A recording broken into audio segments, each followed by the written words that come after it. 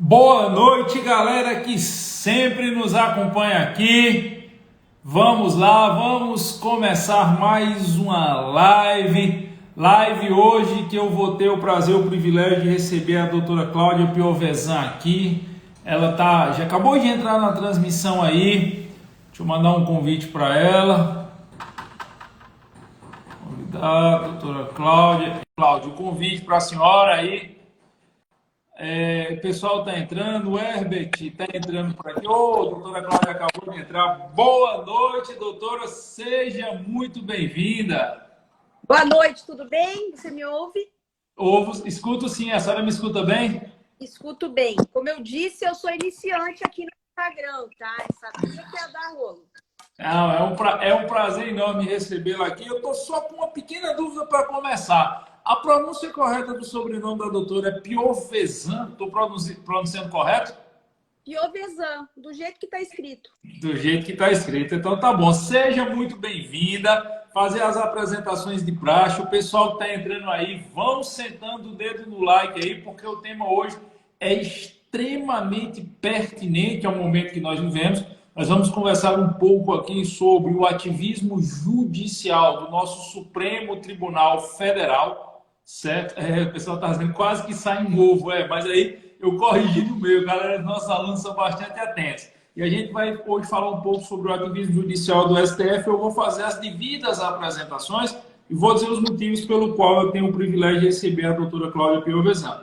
O meu serviço reservado de informações, doutora, me levantou que a doutora Cláudia é promotora de justiça no estado do Paraná. Se eu der alguma informação errada, a senhora, por gentileza, me corrija, tá? Promotora de Justiça do Estado do Paraná, ela é graduada em Direito pela Universidade Estadual de Londrina, é mestre em Direito Comparado e Ambiental pela Universidade da Flórida, a Universidade de Gainesville, na Flórida, e faz parte da Escola de Altos Estudos em Ciências Criminais e por aí vai. E eu fiz questão de convidar a doutora, porque dois livros que ela é organizadora fazem parte dos meus livros assim, de cabeceira, como eu costumo dizer. Ela é organizadora de dois livros que eu tenho um apreço muito grande. O primeiro deles é o Inquérito do Fim do Mundo, tá certo? Da qual a minha grande amiga, a doutora Ludmila Lins Grilo, escreve lá uma passagem. E ela também é organizadora do livro Serei como Deuses, o STF e a Subversão na Justiça. E eu descobri hoje na Amazon, inclusive já fiz o meu pedido, que a senhora também escreve uma parte de um livro chamado As Várias Faces da Nova Ordem Mundial. Eu descobri hoje que a doutora escreve lá uma parte e acabei de fazer a compra do meu livro. E assim, basicamente o que nós estamos vivendo hoje em relação ao STF, para mim, está muito bem externado tanto na questão do livro Inquérito do Fim do Mundo, como no livro Serei como Deus. São dois livros que eu recomendo muito para os meus alunos da pós-graduação aqui do JUS 21. Então, doutora Cláudia, seja muito bem-vinda, muito obrigado por ter aceito de pronto o meu convite e deixo aberto aí para o seu boa noite inicial. Boa noite, professor Giovanni. Estou muito honrada aqui com o convite. Eu assisti a sua live com a Ludmila, acho que foi sobre o livro do inquérito, né? Acompanho um pouco do seu trabalho. Outro dia até assisti uma aula sua sobre estupro de vulnerável. E gostei muito da aula, achei muito didática. E realmente indico as suas aulas para todo mundo que é interessado aí no tema do direito penal e processual penal. Então, agradeço muito o convite. O assunto, né, é muito, muito delicado, né, ainda mais nos últimos dias. Mas estou aqui para tentar ajudar aí na discussão. Perfeito, doutor. Eu que agradeço. Então, vamos lá. Eu separei alguns pontos aqui e eu vou basear os pontos de condução, que são normalmente as grandes dúvidas, as grandes perguntas que eu recebo dos nossos alunos aqui nas diversas turmas de pós-graduação do JUS 21. E a primeira grande discussão que nós temos aqui com os alunos é o seguinte: nós temos um sistema de justiça criminal, eu vou falar especificamente de justiça criminal por ser nossa área de magistério. Nós temos um sistema de justiça criminal baseado em um ordenamento que, por vezes, é um ordenamento anacrônico e, por outras vezes, é um ordenamento lacunar. E também um ordenamento jurídico penal baseado naquele famigerado direito penal de emergência, onde o pessoal acha que o direito penal é panaceia, o direito penal é solução para todas as dores da alma e acha que a lei penal vai resolver todos os problemas do mundo. E a impressão que eu tenho quando eu faço uma retrospectiva nesses 26 anos de professor é que o nosso ordenamento jurídico ele é tão mal feito que ele foi abrindo espaço para que os nossos tribunais superiores, e especificamente falando o STF, assumisse cada vez mais um protagonismo não só de condutor da solução de controvérsias, mas uma verdadeira fonte primária do direito penal brasileiro e do direito processual penal brasileiro.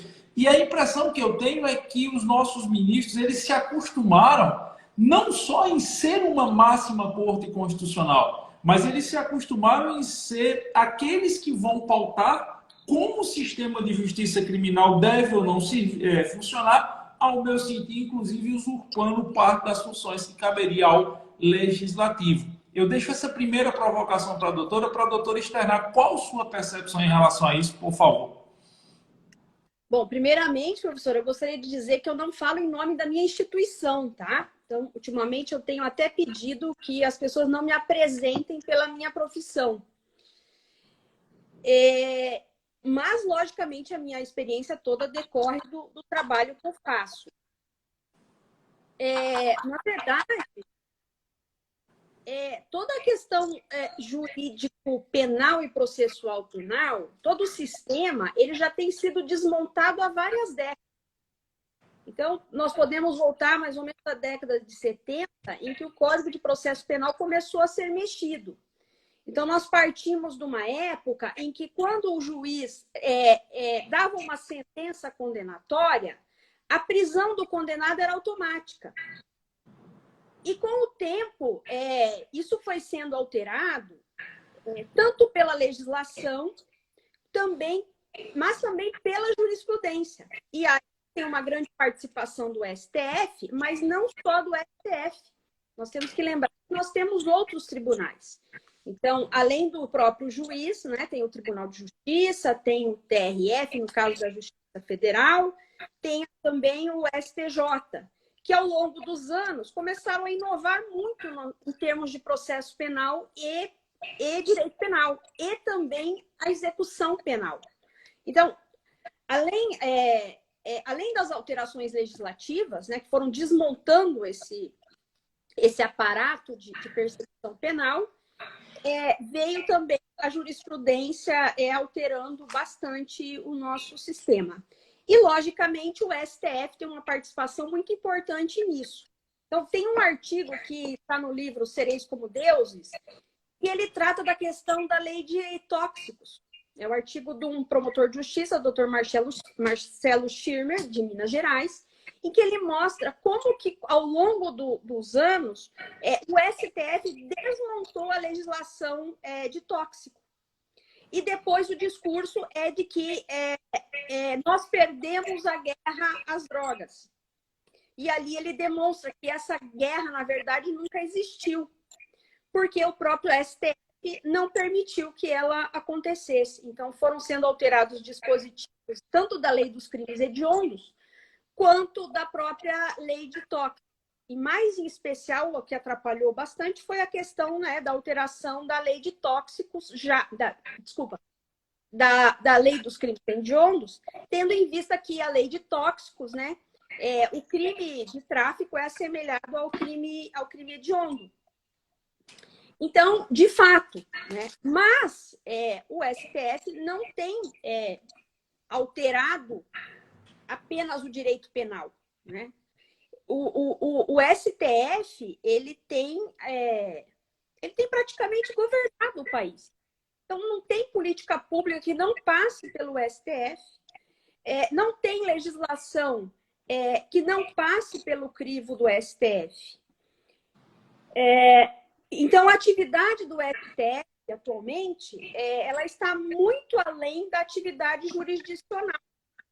E isso também aconteceu por conta de todo um processo de alteração, tanto da legislação, da própria Constituição, como também pelas novas ideias que foram sendo trazidas pela doutrina, até que nós chegamos a esse ponto que nós vivemos hoje. Entendi. A senhora falou, inclusive, sobre as alterações da legislação. Eu sou de uma época que nós estudávamos no Instituto da Deserção da Apelação. O condenado ele tinha que se recolher para poder ser admitido o recurso de apelação. E se ele fugasse, a apelação era considerada deserta, né? Inclusive tinha recurso em sentido estrito, cabimento. Eu ainda peguei, ainda cheguei a estudar isso, e a gente sabe que, obviamente, a regra é que se exaura todos os trâmites processuais, muitas vezes chegando à prescrição sem uma efetiva punição.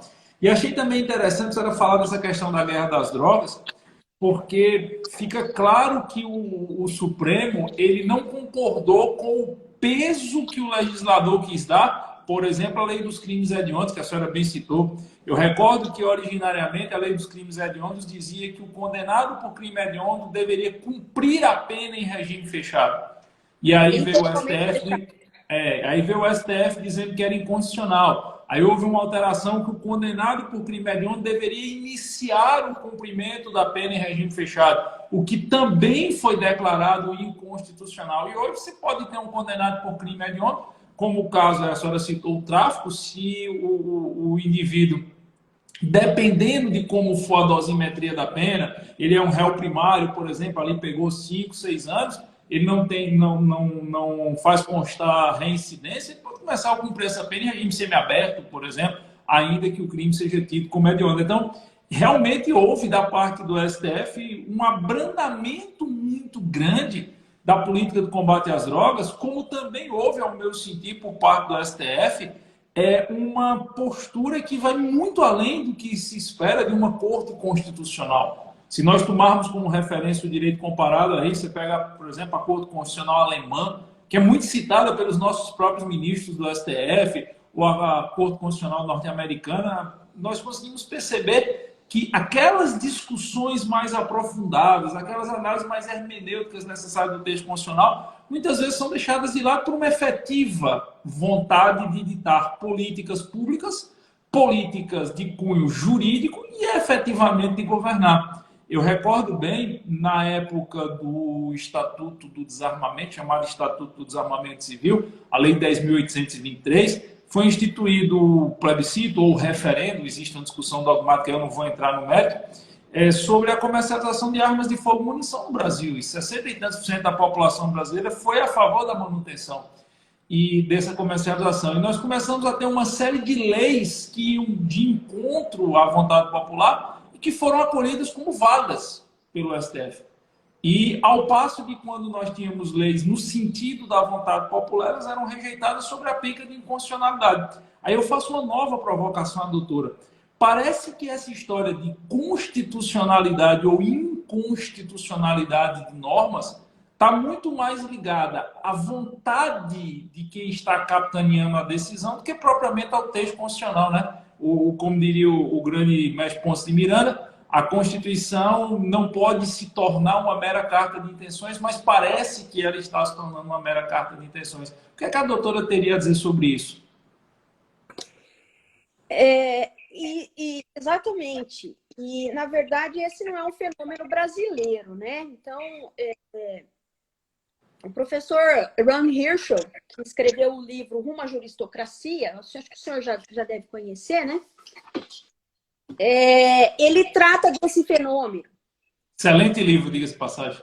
E ele conta que quando ele escreveu o livro foi publicado em 2004, essa questão das cortes constitucionais estarem assumindo funções que não eram típicas do judiciário já acontecia em 80 países. Então, há 17 anos isso. E se naquela época no Brasil a atuação do Supremo Tribunal Federal era mais discreta, hoje isso é escancarado. Então, eu imagino que tenha se multiplicado também em outros países. Então, a gente tem que analisar isso de uma maneira mais ampla, né? E isso, a nossa Constituição permitiu que acontecesse, tanto com essa questão da revisão judicial, é assim que é chamado lá nos Estados Unidos, que são as ações que são previstas na Constituição, né? Ação direta de inconstitucionalidade por omissão, e depois foi acrescentada ainda a DPF. Então, tudo isso abriu as portas para que o STF começasse a tomar decisões sobre questões que antes tinham natureza política. E também a questão da constitucionalização dos direitos. Então, antes, se a Constituição ela só previa a questão da organização do Estado, a partir da nossa Constituição de 88, tudo está dentro da Constituição. Então, não tem, né? Dentro do guarda-chuva constitucional está tudo. Então, dessa forma, se permite que a Corte Constitucional interfira em todos os aspectos da nossa vida. E os nossos ministros não têm se feito de rogados nesse aspecto, não é? Mas eu tenho lido bastante o juiz Scalia, inclusive estou terminando o livro dele, O Essencial de Scalia, e ele já aborda várias questões da Suprema Corte Americana em que a gente vê a mesma conduta da maioria da maioria, hora da minoria, dos juízes da Suprema Corte Americana.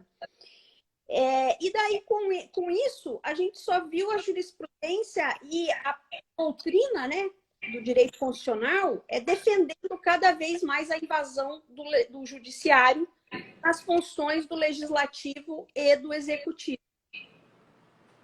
Então, é aí que nós chegamos nessa situação de que hoje até a camisa, o número da camisa do jogador de futebol é levada à discussão para a nossa Suprema Corte. É como se o STF tivesse virado depositário de todas as insatisfações, né? É como se ele funcionasse, figurasse como se fosse uma instância acima de todas as demais instâncias de poder que nós temos. E pelo menos essa é a percepção que eu tenho. E me parece algo, com todo respeito, e Vênus a quem pensa em sentido contrário, me parece algo muito nefasto. Toda hipertrofia de poder, ela tende a ser muito nefasta. E na hora que você tem um órgão que tudo decide, esse órgão tudo pode. E se tudo pode, nada contra ele pode ser levantado, sequer questionamentos. E aí a gente chega num outro ponto que parece-me que está virando meio que um tabu no universo jurídico questionar qualquer tipo de postura do STF. Eu digo isso, doutora, porque eu sou professor há um bom tempo e desde quase 2 décadas eu faço muitas palestras. Enfim, eu já viajei o Brasil todo na época dando aulas em curso presencial, depois veio para online. E fazem 2 décadas que eu escuto a maioria dos juristas brasileiros defenderem o garantismo integral, o garantismo ali ferrenho, direitos não podem ser desrespeitados, o Estado é sempre o leviatão, o Estado é sempre um monstro terrível que vai hipertrofiar sobre o cidadão, as premissas constitucionais elementares. E de repente a gente vê o STF aí instaurando, ministros do STF instaurando inquérito de ofício, estendendo o sigilo de inquérito a advogado e investigado, ainda que seja uma ofensa a premissas do Estatuto da Advocacia, quebrando o sistema acusatório e retrocedendo ao sistema inquisitorial, e eu até vou mais longe. Eu estou escrevendo sobre isso, eu acho que em muitos pontos nós estamos retrocedendo ao sistema das ordalhas medievais, e nós estamos vendo pessoas presas com consignação de fiança estabelecida e recolhida, que continuam presas, e parece-me que virou tabu questionar isso. Os mesmos garantistas que bradavam a plenos pulmões que não se podia admitir sequer um retrocesso de uma vírgula dos direitos fundamentais, agora parecem-me silentes, parece-me que se quedam calados. Eu não sei explicar quais as razões de cunho pessoal, mas isso me causa uma profunda espécie, porque se os juristas que sempre defenderam o garantismo não chegam e dizem, cara, deve ter alguma coisa errada com essa postura, ao que dirá a voz do cidadão comum ser ouvida quando discorda disso. Qual é a percepção que a doutora tem em relação a isso? Olha, a impressão que eu tenho é que nós estamos vivendo sob o direito penal do inimigo, para algumas pessoas, para alguns grupos. Então, há 2 anos e meio, antes da instauração do inquérito 4781, se alguém falasse do direito penal do inimigo e de Jacobs, era apedrejado, não é? E hoje, desde a instauração do inquérito do fim do mundo, todas as garantias legais e constitucionais foram abolidas para determinadas pessoas. E quando o Jacobs fala sobre o direito penal do inimigo, eu vou falar mais sobre o Jesus Maria Sanches, que ele fala, né, aborda um pouco sobre isso no livro dele, A Expansão do Direito Penal. Ele fala que a questão do direito penal do inimigo, ela foi pensada para para terrorista, para pessoas que realmente perturbavam com violência a ordem pública, toda a estrutura de um país. E geralmente se tratavam de estrangeiros, já que, né, geralmente lá a questão de terrorista está ligada com o indivíduo invasor. E aqui nós estamos vendo essa situação em que todas as garantias legais e constitucionais foram abolidas para cidadãos e por manifestações, por crimes de opinião, se é que a gente pode falar se é crime de opinião, tendo em vista que nós temos um dispositivo constitucional que diz que é livre a expressão, a opinião, o direito de reunião, e é vedado o anonimato. Então, nós estamos vendo pessoas muito bem conhecidas se manifestando, algumas com imunidade penal, imunidade processual, mas que estão sendo punidas severamente por conta de opiniões. Então, a minha impressão é essa, e me parece, até a doutora Ludmila fala no livro, né, O Inquérito do Fim do Mundo, um artigo dela, que isso é como uma draga. Todo mundo vai sendo arrastado para essas investigações, todos os seus sigilos vão sendo quebrados, todos os seus direitos vão sendo violados, e as poucas pessoas que se levantam para falar sobre isso também passam a ser imediatamente investigadas, canceladas, a sua reputação é destruída, e todos nós estamos sujeitos a isso. E as instituições que deveriam fazer com que esse processo tenha um freio, de certa forma, elas têm participado desse processo. Então, isso é o mais preocupante de tudo, do meu ponto de vista. A doutora falou no direito penal do inimigo, no Jacobs, no próprio Jesus Maria Sanches,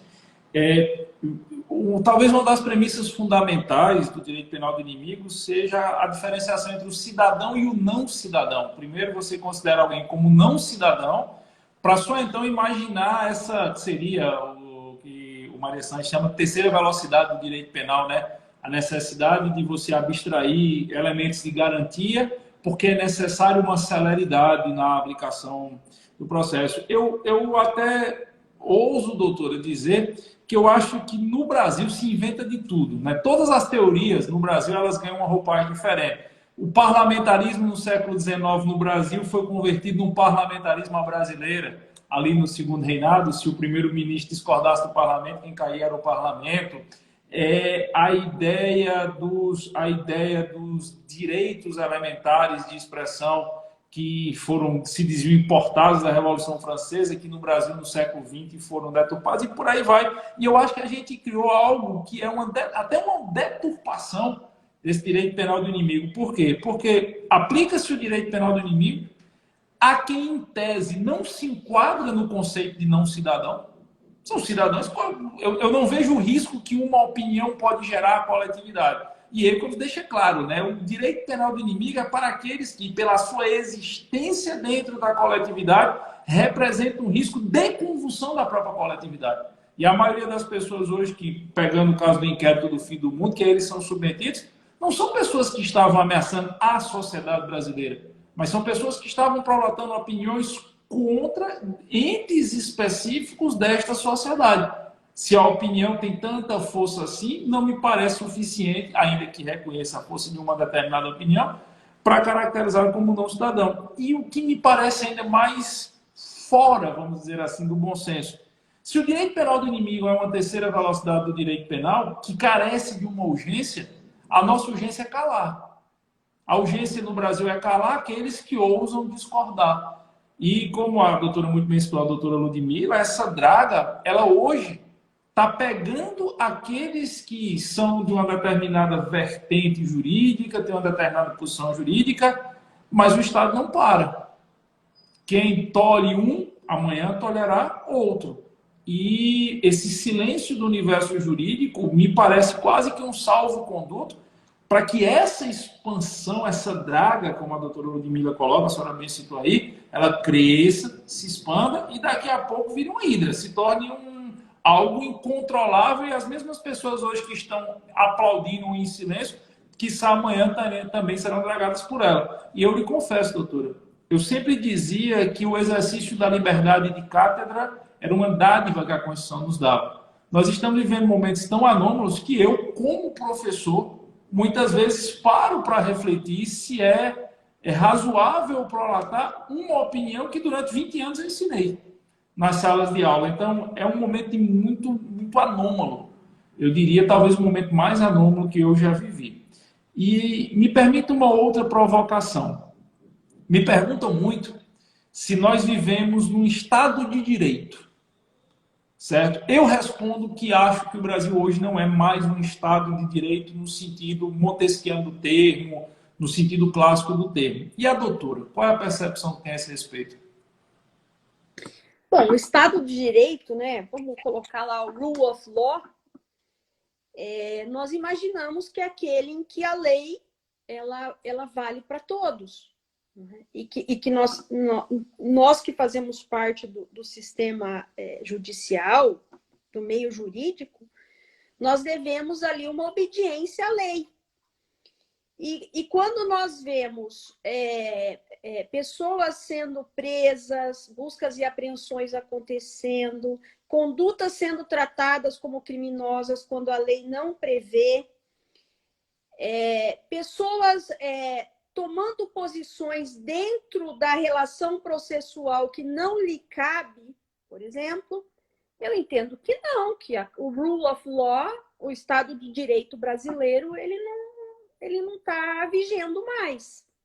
E aí, quando o senhor diz sobre essa questão da liberdade de cátedra, hoje nós não temos segurança jurídica para nada. E essa segurança jurídica é o que é necessária num Estado de Direito.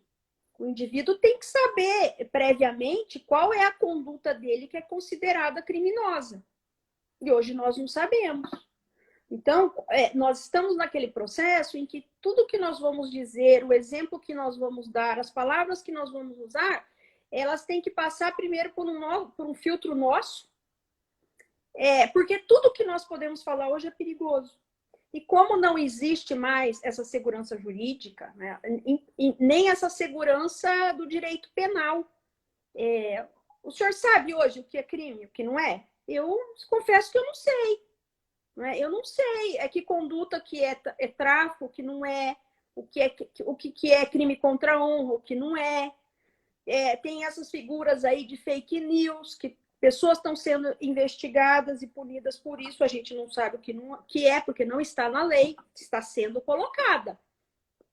Então, ela já está sendo tratada essa questão nessa nova lei, esse projeto de lei que foi aprovado no Senado e que está lá aguardando a sanção ou veto do presidente, que é a tal da lei de defesa do Estado Democrático, alguma coisa assim. Na verdade, nós não sabemos mais nem o que é Estado Democrático. Eu não sei. O que é o regime democrático? Não sei, porque o que as pessoas falam, para mim, já não é o que eu sabia. Não é o que eu encontro nos livros de direito constitucional, por exemplo. Então, nos livros que nós organizamos e tal, escrevemos, nós abordamos essa questão. Né? No livro do Inquérito do Fim do Mundo, eu fiz questão de convidar o Flávio Morgenstern, porque ele trata bastante da questão da linguagem, e a linguagem é fundamental hoje para o debate público. Então, o que é fake news? Ele fez um estudo para saber o que é fake news, como que essa palavra começou a ser utilizada, qual a finalidade dessa palavra ter começado a ser utilizada e o que se busca com o emprego dessa palavra. A mesma coisa, ato antidemocrático. O que que é isso? A nossa conversa aqui vai ser considerada fake news, ato antidemocrático, crime contra a honra, tem tipificação, não tem. Nós temos hoje crime sem lei, que é um dos meus artigos no livro Sereis como Deuses. Então, eu entendo que o Estado de Direito significa que existe uma segurança jurídica, o cidadão conhece a lei, ele sabe, a partir dessa lei prévia, o que lhe é permitido e o que não é. E hoje nós não vivemos nesse estado. Então, não sei se eu respondi a sua pergunta, mas é assim que eu vejo a situação. Sim, respondeu perfeitamente e trouxe uma colocação que eu acho ímpar. Não só não se saber o que é crime ou não se saber como se portar, é também não se ter mecanismos de proteção de liberdade, porque hoje, se essa nossa opinião aqui, nós estamos nos portando como professores, mas vai que alguma coisa dita aqui incomode a quem quer que seja. No passado nós diríamos, se essa pessoa vier me trazer um ato de força, eu tenho mecanismos processuais para me defender. Hoje não se tem mais, porque os mecanismos processuais, eles não dependem do ato, eles dependem da vontade. Eu chego ao ponto, doutora, de dizer que em algumas situações nós abandonamos completamente o direito penal do fato e abraçamos o direito penal do autor. As mesmas situações, as mesmas condutas praticadas por Alfa ou por Bravo terão tipificações e tratamentos diferentes.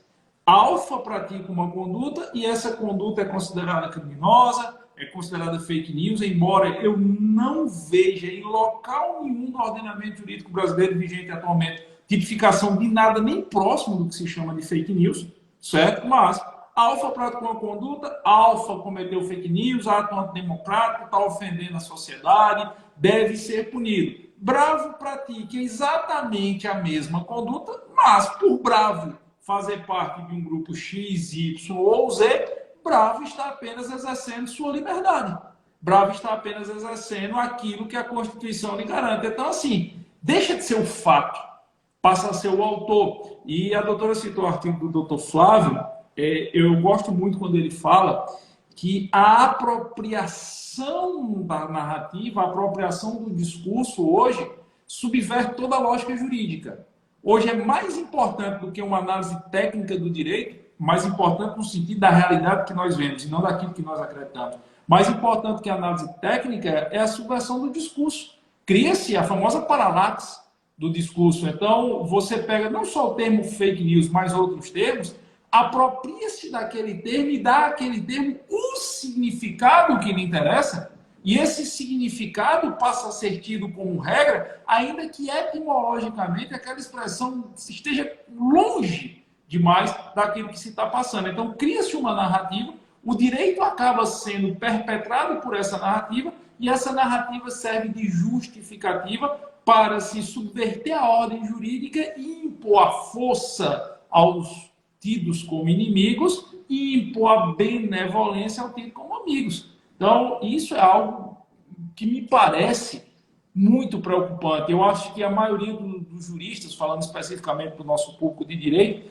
eles não conseguem ter a percepção do quão complexo está a situação. Eles não conseguem ter a percepção do quão longe daquilo que a Constituição de 88 propunha, o que qualquer Estado de Direito propunha, nós estamos. Eu tenho essa impressão, doutora. Me permita fazer aqui uma outra provocação. No livro Inquérito do Fim do Mundo, certo? Esse termo, inclusive, Inquérito do Fim do Mundo, salvo melhor juízo, foi dado por um próprio ministro da Suprema Corte. Estou correto, doutora? Me parece que não foi. Algumas pessoas utilizaram essa expressão, não lembro se foi no Twitter, logo que o inquérito foi instaurado. Mas foi o termo que o ministro Marco Aurélio utilizou para se referir ao inquérito. Então, quando nós estávamos até discutindo, né, entre os autores, o título que nós daríamos, enfim, teve algum colega que falou, não, vamos colocar o inquérito do Apocalipse, né, porque é terra arrasada. Daí eu falei, olha, vamos colocar esse termo que foi empregado por um dos ministros, porque eu acho que isso nos dá uma certa retaguarda, digamos assim. Olha, foi a expressão que o ministro utilizou. Então, nós não estamos criando nada. E foi assim que nós decidimos pela escolha do nome. A questão de nós não termos utilizado inquérito das fake news é porque se nós utilizássemos o termo que eles utilizam, nós estaríamos adentrando, aceitando a linguagem que eles impuseram. Então, nós resolvemos que não, que esse termo não seria adequado, porque seria como entrar na linguagem, né, digamos assim, do inimigo. Então, por isso que nós escolhemos esse nome. Mas, pelo que eu sei, realmente esse nome surgiu nas redes sociais antes do próprio ministro utilizar.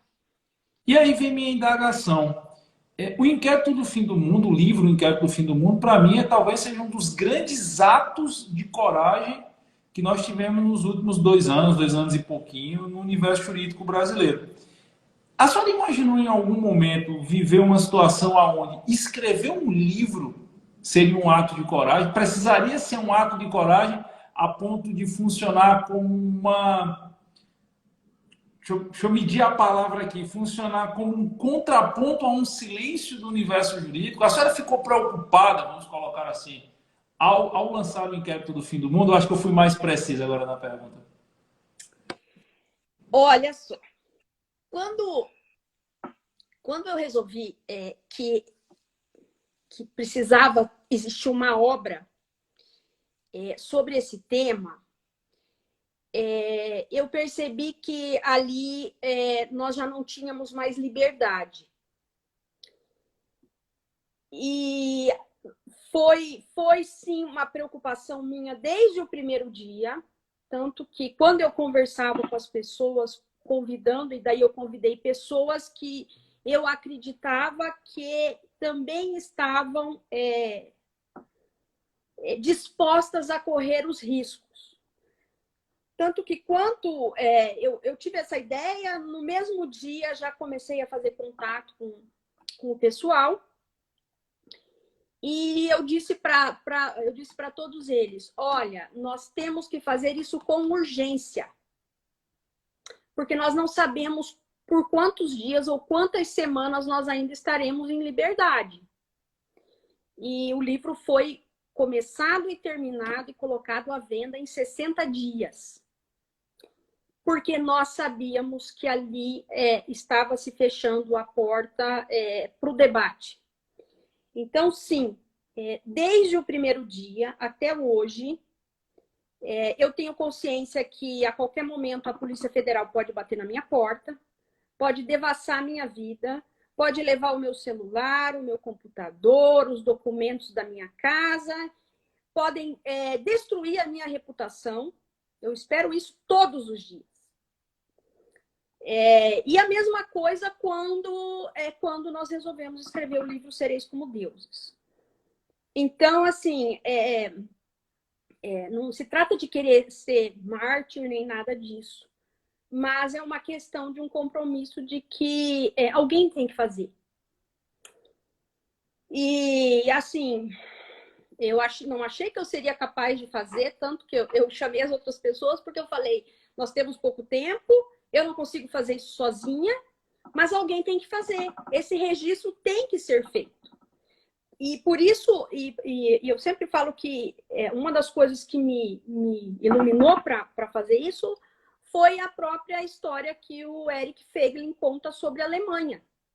Os juristas se acovardaram, ou eles aderiram ao regime, e a história não foi contada enquanto ela acontecia. Então, quando o Eric Feiglin volta para a Alemanha, em 1958, e vai procurar nas bibliotecas o que havia de relato, em especial no campo jurídico, sobre o regime do Terceiro Reich, ele praticamente não encontra nada, porque aquele momento não foi registrado.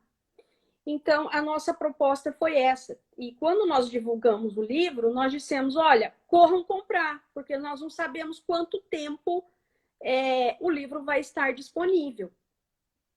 Tanto que o livro vendeu, assim, nas primeiras 3 semanas. Esgotou, se eu não me engano. Eu recordo que ele chegou a esgotar a primeira tiragem logo rapidinho, né? Isso, a primeira tiragem saiu em 5 dias, a segunda tiragem saiu nos outros 5 dias. Em um mês já tinha vendido 3.500 livros. Porque as pessoas também perceberam que realmente os livros poderiam... A gente chegou a imaginar que o livro poderia ser apreendido na gráfica. Então, nós nem divulgamos nada e tal, porque nós sabíamos que havia um risco. Como tem o risco até hoje, né? Hoje, a gente está esperando uma CPI para investigar a publicação de livros, porque os livros estão se tornando um material proibido. Como eu coloquei na apresentação do livro do Inquérito do Fim do Mundo, que isso poderia acontecer, como já aconteceu em regimes totalitários, enfim. E há muita literatura que aborda a questão da proibição dos livros. Hoje mesmo, eu discutia com algumas pessoas sobre o livro Admirável Mundo Novo, e naquele Admirável Mundo Novo, os livros são proibidos.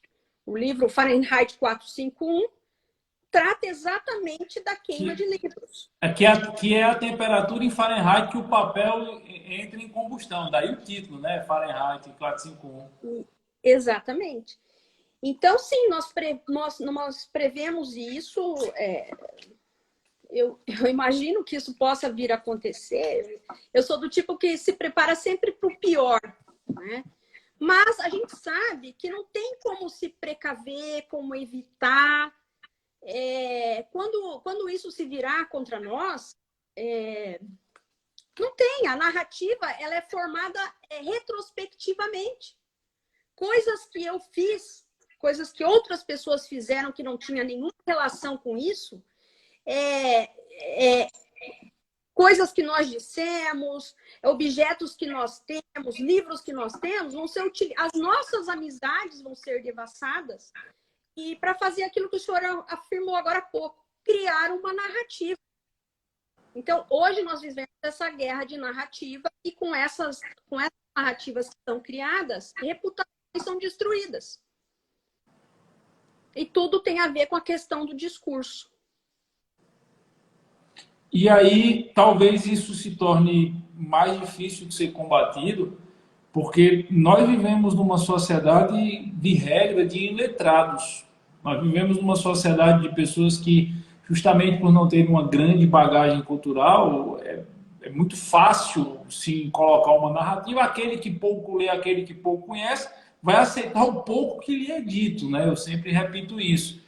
Então, me parece que esse processo de diminuição do nível de cultura geral da população, empobrecimento das bases educacionais, que foi criado ao longo dos últimos 30, 40 anos, facilite muito essa situação que nós vivemos hoje. Eu tenho essa impressão, assim, e como professor é muito triste você ter essa impressão, mas nos parece que cada vez mais nós estamos vendo jovens com pouca leitura, pouco conhecimento, pouco apreço pelas belas artes, pouco apreço por tudo que é a base ideológica humanista, da ideia do humanismo.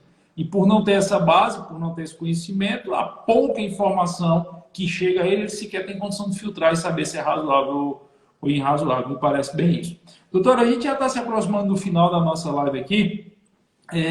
Eu vou, antes de abrir aqui para as perguntas, obviamente perguntas das pessoas que estão acompanhando, nossos alunos, que sejam pertinentes ao tema que está tratando, eu gostaria de dar os parabéns pela coragem, doutora. Eu cresci escutando uma frase: a história não perdoa covardes.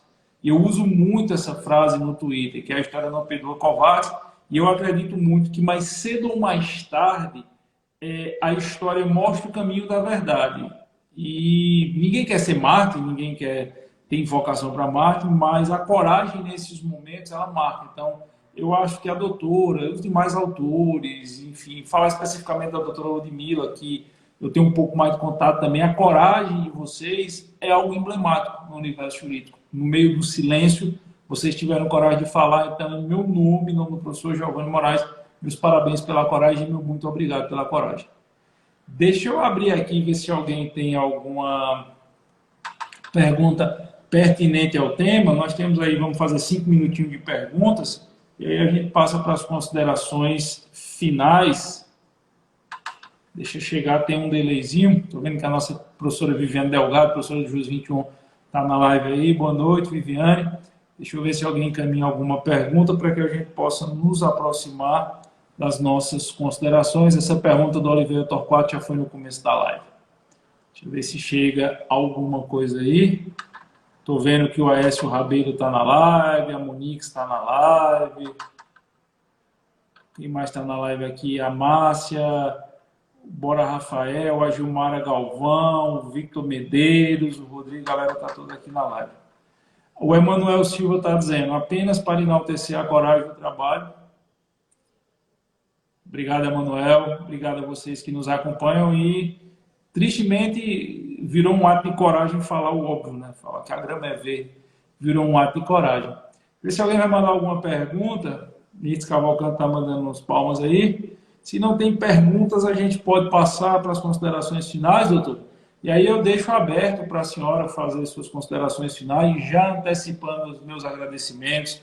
A doutora foi, sim, de uma disponibilidade fora do comum. Eu acho que eu postei alguma coisa e a senhora comentou na minha postagem. O senhor fez uma postagem sobre um livro que eu gosto muito, que é o Processo Maurícios. Ah, tá. Inclusive essa última edição dele é uma parceria da editora do meu marido com a Sétimo Selo. E aí eu acho que eu comentei lá sobre o livro, né? Aí o senhor me mandou uma mensagem lá fazendo o convite. Lógico, não tinha como recusar. Eu vou dar um recado aqui, vou fazer um merchan aqui de uma pessoa que tem feito um trabalho muito importante sobre a questão do ativismo judicial, né? Nós não nos aprofundamos na questão técnica do ativismo, mas é o professor André Uliano. Inclusive, ele vai fazer uma live daqui a pouco no perfil da professora Ana Luísa Rodrigues Braga. Então, alguém, se quiser saber de algumas coisas mais técnicas sobre o ativismo, acompanhe o professor e acompanhe a live que deve começar por volta das 9 horas. Olha só, essa questão da coragem, né? Se o senhor me permitir, eu vou falar um pouquinho sobre isso. Sempre que eu estou naqueles momentos de angústia, né? Porque a gente vê essas coisas acontecendo no país e fica muito angustiado. E, primeiramente, eu me lembro um pouco da minha história, sabe? Eu nasci na época do regime militar, a minha mãe era professora e gostava sempre de estar muito informada, então ela assinava várias revistas, vários jornais e gostava muito de literatura. Então, a minha mãe me falava muito sobre os livros que ela lia sobre o regime comunista, né, na União Soviética. Ela gostava bastante dos romances que tratavam dessa história. E as histórias que ela me contava e ela lia no jornal e compartilhava conosco, isso me marcou muito, né? Então, tinha toda essa discussão da ditadura, né, no Brasil, mas eu nasci naquela época e nunca percebi nada de incomum, de qualquer tipo de perseguição a alguém da minha família, esse tipo de coisa. Mas, por outro lado, eu nasci e cresci, né, pelo menos a parte da infância, no período da Guerra Fria. Então, a gente vivia muito com medo, a bomba vai explodir, né? Alguém vai apertar o botão, vai começar a guerra e tal. Então, isso me marcou. Então, desde jovem, eu não queria fazer parte de um regime que oprimisse as outras pessoas. E também, quando eu entrei no Ministério Público, uma coisa que eu sempre tive comigo é que mudanças de regime, né, podem levar que uma profissão como a minha, ela exija que, para cumprir a lei em vigor, eu tenha que fazer coisas que eu entendo que são imorais, que são injustas. Então, eu sempre soube que, dentro da minha instituição, teria um momento que poderia ser que eu tivesse que deixá-la, para não fazer coisas que poderiam atingir os meus princípios. Então, eu tenho isso comigo todos os dias. Então, essa questão que o senhor fala do direito penal ser a panaceia de tudo, hoje nós estamos vendo pessoas que queriam a abolição do direito penal criando crimes, assim, com evidente intenção de perseguição política, né? Ideológica e etc. E tal. Então, isso me preocupa muito.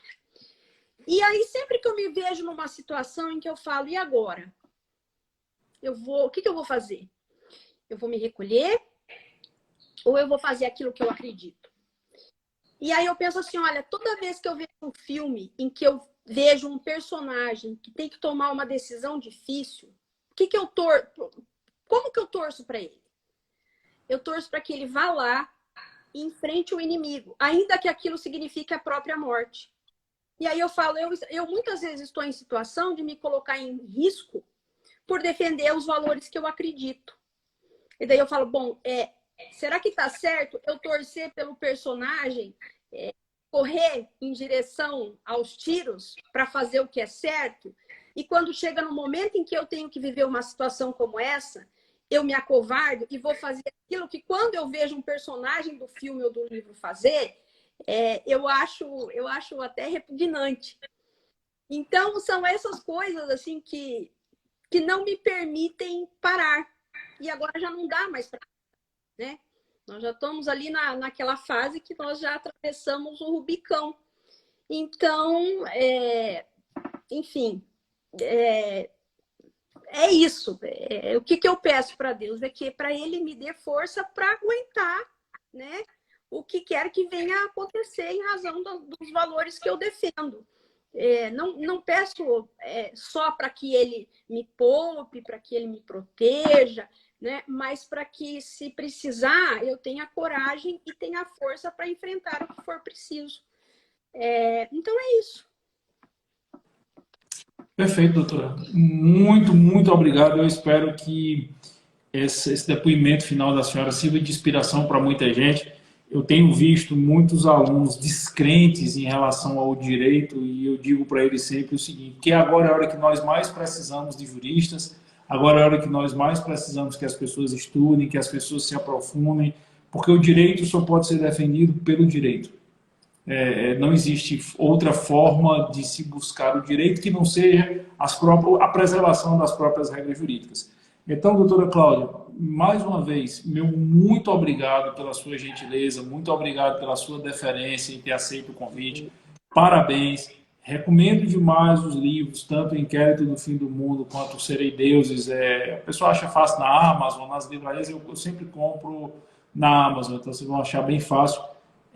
Obrigado por ter essa coragem de externar tudo que a senhora pensa e faz e de lutar em busca do bom direito. Muito obrigado a você que nos acompanhou, a você que acompanhou essa live. Se você acha que essa discussão é interessante, vocês sabem que o Instagram ele limita muito a debates desse tipo.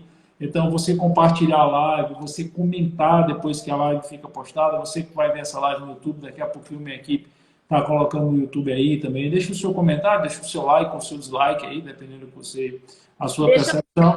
Professor. Como? Eu esqueci de agradecer o convite, tá? E agradecer as pessoas que aí estão assistindo e não desistam, né? Não sejamos aquele personagem covarde que muitas vezes sacrifica o inocente, né, para salvar a própria pele. Então, nós temos que utilizar dos recursos e dos dons que Deus nos deu, não é? Então, é isso. Um abração para todos vocês e muito obrigado. Deus abençoe. Valeu, pessoal. Obrigado, doutora. Boa noite para todo mundo. E se você gostou, compartilha a live aí. Tchauzinho, pessoal. Um abraço.